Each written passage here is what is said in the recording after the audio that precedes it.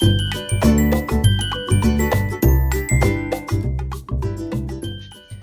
guys! Come and join me to unbox this Krypton electric oven with Rotisserie model KNO6096.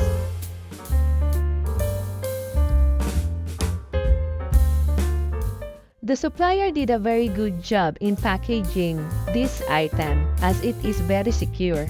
It has 3 rectangular pin sockets which is normally used here in UAE. This is how it looks out of the box. It has the Krypton logo. We have the light indicator and 3 knobs. 60 minutes timer and with 6 different power levels.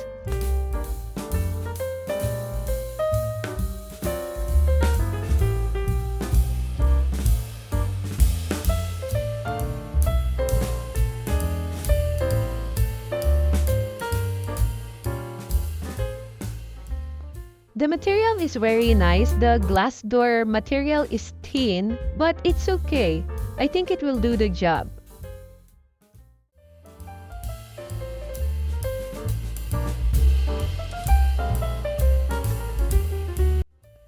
The good thing with this is that you will get an adequate accessories out of the box.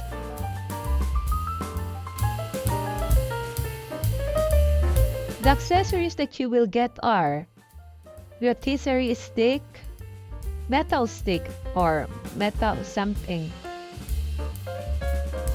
rotisserie handle,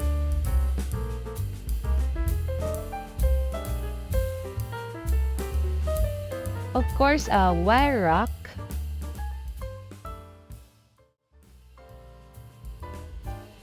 tray and wire rack handle. Also, I think this is the rotisserie pin. This electric oven I think is very ideal if you don't have enough space or big space in your house. The product length is 24 centimeter, the width or depth is 30 centimeter, and 26 centimeter is the height.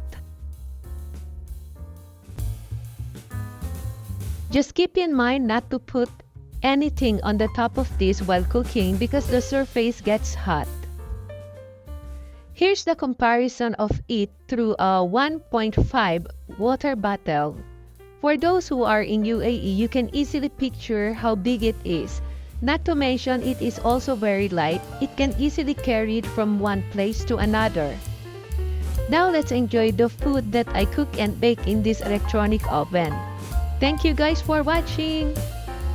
Please support our channel, hit the subscribe, like, and notification bell, and let's all just feel and chill.